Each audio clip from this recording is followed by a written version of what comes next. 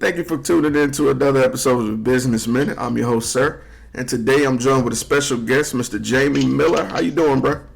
Good, and yourself? Can't complain. So, Jamie, I asked you to be on the show for a special reason. We're talking about domestic violence, a topic that is pertinent in our community, and I wanted to just introduce you a little bit. So, could you tell everyone what it is that you do, bro? Okay, I'm a police officer in Florida. I just respond to calls and patrol my areas where I'm assigned to. All right. If I may ask, how long have you been active as an officer? Currently, I've been active for about 10 months. All right. Okay. And Jamie, you and I go back a few years, so that's why I felt comfortable bringing you on the show like this. So that brings me to one of my favorite questions. What inspired you to even become an officer? I would say more like a lot of my friends did it, and they just said give it a shot. So I was watching a video of a police chief, I believe it was in Dallas, and his whole speech went to everyone complaining about what officers don't do, what they do, how they make their decisions. And his biggest thing was, if you don't like how officers conduct their day on a daily basis, why not join them to fix the issue? And I just believe that thing kind of touched me, so I was like, why not try it? I might like it. All right, okay. In the age where, I hate to say it this way, but being an officer has become vilified nowadays, were there any obstacles you did get or any pushback from the community as far as your decision? I wouldn't say really like community. It was almost kind of like family, to the point where they were saying like, oh, you're going to be like the rest of them. Your Uncle Tom this, Oh, man. you're going to let the badge go to your head. And I use that as to help me. I know I can be a better officer, so I use that as ammunition to not be that person, and to prove these people wrong. All right. And and like I said, I've known you for years, and you're a friend and an officer, but you're an officer first, and I always respected that. And so that made me ask you this question, with it being one of those titles that's full-time, you're an officer all the time. So how do you manage to balance work and your personal life? You got to know, when to shut your phone off from work. You have to be able to say, I work from this time to this time. Once this time comes, I am off. I don't want to hear anything about work. I don't want to talk about work. and that's just how you have to do it, because some people let work control their personal lives, and that hinders your family. If you bring work home, you can make bad decisions at work, and if you bring home to work, you're still gonna make bad decisions. Being a police officer, it probably has one of the highest divorce rates here in the U.S. And I believe people don't know when to turn that switch off. They got yelled at their supervisor, and then they go home, either A, go yell at their kids, or B, go yell at their wife. And after a while, that gets old. Yeah. All right, and that's very insightful. I appreciate that point of view. So that brings me to my next question. With you being an officer for coming on a year, were there any moments so far that were the most memorable for you? Like anything that stood out that was like, wow, I really appreciated that moment. This is why I do it. A lot of times it's usually when you're just sitting in traffic, or, just eating somewhere, and you have like either a kid or an adult come up to you and say, I'm glad you do what you do. I'm thankful for it. In this career field, you really don't get a lot of encouragement. You just get, oh, hey, you just made an arrest. All right, now get back out to work. So some encouragement is good every now and then, especially from the public, because nowadays it seems like nobody really notices the things you do. They just see, you either A, handcuffing somebody's mother or daughter, or B, you taking somebody to jail. So they really don't see the other side of it. Okay, well, you're absolutely right. A lot of times it's easier to see the ugly sides of your job, and especially when you're in a position where you have to take someone from their family sometimes due situations and bad decisions. So you're absolutely right. At any point, did you feel that you wouldn't be successful as an officer? And if so, who or what changed your mind? I would have to say, kind of when I first started, you go through like a little FTO phase where there's somebody evaluating you at all times, your entire shift, for about 3-4 months. And at the beginning, it was a little rough because they expect you to know so much coming into the career field. They want you to know, how you write your reports, where you're going, how to talk to people and that. And at first, it's a little rough if you've never really done the job before. So at one point, I was really thinking, like, is this career really for me? Or did I really make a wrong career decision? Or, should I look for an alternative route to get into something else? Mm-hmm. What really changed that, I would say, is I stopped overthinking everything. I think that was one of my bigger issues. Like, I overthink everything, and I just kind of let it happen naturally. Just have a conversation with somebody. That's usually how you'll get any information you need or be more sincere. Because a lot of times when you come in contact with people, they just really want to talk. Honestly, a lot of them just want to talk to somebody, either their husband or their kids or anybody in their family, not really listening. They're just talking and not giving the other person a chance to talk. So that's usually where you come into play, and you just listen. And naturally, it just became easier. Half of the part of having a conversation successfully is listening. So you're right. Two people sometimes can get caught up in just the talking portion. You're right.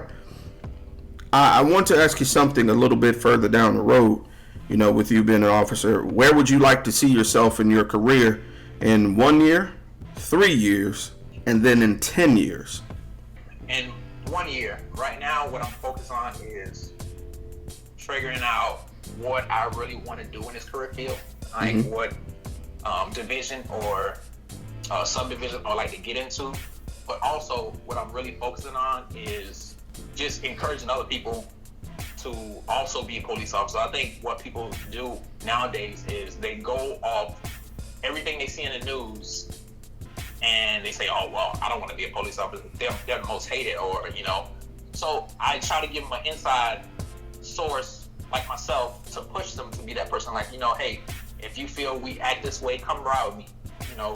Come take this report with me, come to this call with me, and you see how I conduct myself rather than what you see on the news, Because usually, a lot of times the news don't give you the whole truth. They give you half the story because that's what's going to bring the ratings to the news.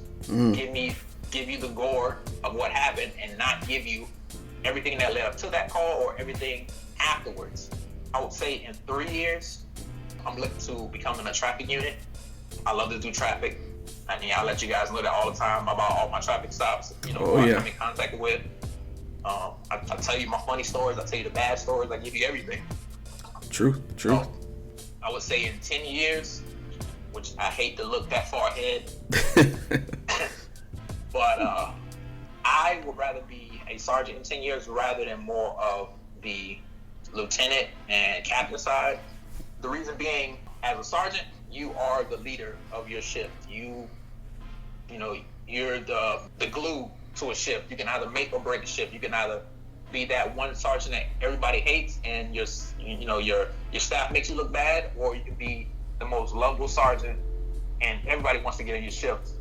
Usually towards the lieutenant and the captain side, you really don't have a chance to sit down and have talks with your officer, find out what's going on with them, if they have any issues, does anybody need help with anything, do you guys need equipment?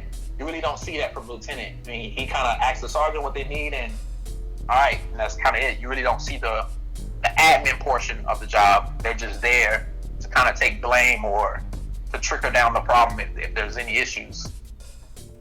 Man, I didn't know there's so much depth and different roles in your field. Enlightening and scary to have that many roles at once, so I wish you the best in that, bro. Honestly, if anybody can do it, not trying to sound cliche, but I know you can definitely do it, knowing you. And that brings me to my last question. What words of encouragement would you have for someone else like yourself who's pursuing their dream career? Like, what could you tell them? Don't let nobody talk you out of your career. Whatever it is, if it's working at McDonald's, checking hand receipts at Walmart, anything, and no matter what it is. If that's what you feel like you can do the best, go for it. A lot of younger generation these days have an issue with taking a risk. You know, some people want to take the risk, but they don't think they can do it, so they really don't do it. And I tell people, just do it, just try it. You can't succeed if you never really try. You know, people are scared of failure, but how would you see the light at the end of the tunnel if you don't go through the tunnel, go through the darkness, you know? That's true. That's absolutely true, man. A word spoken from a great man. All right. Well, Jamie, normally this is where I would end the interview. Given, like I told you before, I want to get your inputs on a particular topic that's currently hot. And I wanted to just get an officer's point of view on this situation. Domestic violence. The reason it's being brought to light is a lot of time this is a topic that's shied away from, a lot of time overlooked, or it's eclipsed by other things, and I want to shed light on it because it's very prevalent nowadays. I wanted to ask your personal opinion. What are some of the common denominators, or what are some common factors that you've experienced on any calls involving a domestic situation? I would say one of the biggest factors in domestic relationships, usually either any hard drugs or any soft drugs, which involves alcohol, marijuana, cocaine, crack. Also, another one that really a lot of people don't notice or they don't hear about is abusive upbringing. A lot of men and women are usually abused by their parents. They get into another relationship, and they really don't know how to deal with their issues, so they end up taking it out on another person instead of dealing with their parent or the mother, the father, the brother, the sister, whatever. Mm-hmm. I think that's probably the biggest factors that I can think of. Okay. For domestics. And we've all seen how those situations can turn from unfavorable to, in some cases, deadly. And you and I have had the conversation several times that we feel that, people talk about domestic violence situations, but a lot of times solutions aren't presented. And I wanted to ask, what do you feel are some of the best, solutions or preventative methods you could do, or anything you could do to, if you feel that you're in a abusive situation, what is something you could do to those who feel helpless?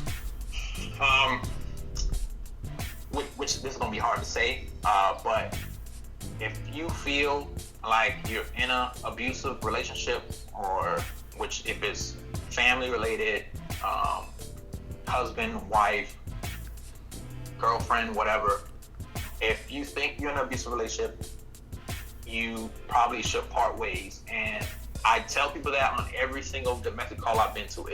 Even if the wife was the aggressor, or the husband was the aggressor, the brother was aggressive, or the sister, I let them know, like, hey, listen, this is what I got, this is what I'm gonna do. I really think you should reevaluate this relationship. If you guys can't live on the same household at peace, I think one of you should go. A lot of times, a lot of people just don't want to leave. They've been with that person for so long, they've gotten used to it, so they kind of try to stick it out and work around the abuse, but it's almost impossible. I mean, with us, sometimes we go to that house, 2, 3, 4 times a week. A big issue about domestics is, if it's verbal, we have a little leeway about what course of action we take. But once it becomes physical and there's marks on any person, we have to take action. So usually what the other person does, usually when they're intoxicated under whatever substance, they're all for arresting that person, arresting them. They're all for it. They'll give you a report, they'll give you everything. The moment you put those, I call them bracelets, the moment you put those bracelets on the other person, everything changes. And then that's when they start to say, oh, I don't want him to get in any trouble. I'm sorry I called you guys. They start defending that person. And it sucks that way, but we still have to take action. And even if we do make an arrest, a lot of them don't even prosecute. They'll go down to the state attorney's office the next day, and they'll say, "I don't want to prosecute. Can you drop the charges?" And then they're back in the house together, and it's back to square one once again. That's terrifying. Honestly, it's sad. It is. And like you said, it sounds like it's just complacency.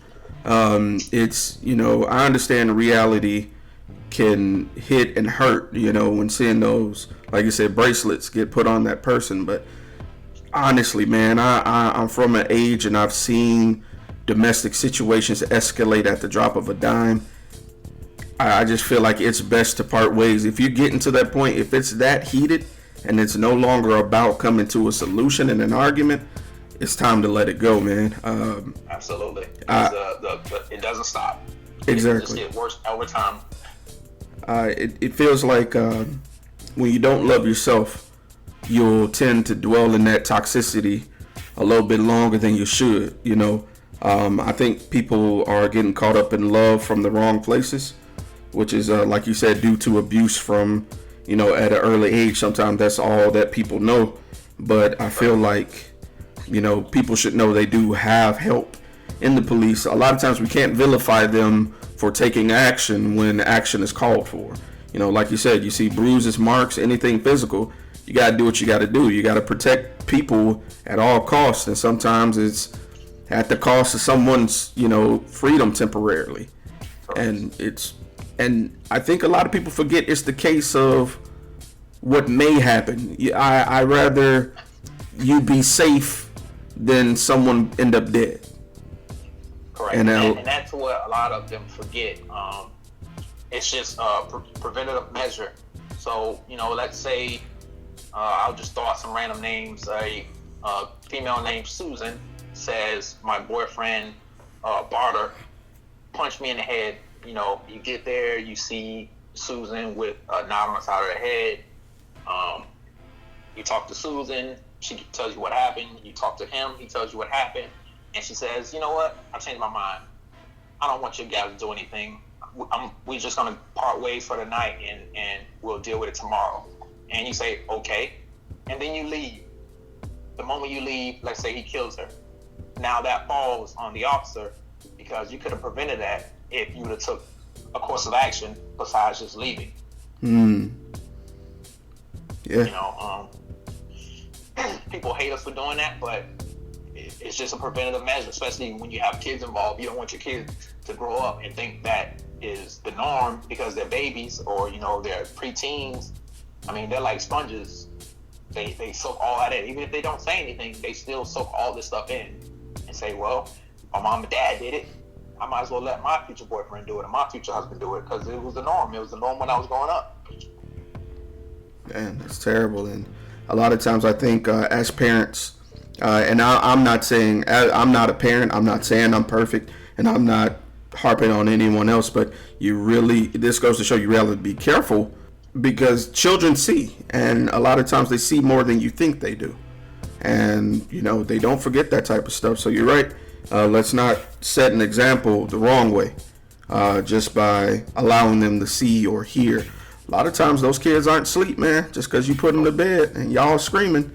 Hey, sometimes they hear all that stuff and remember it.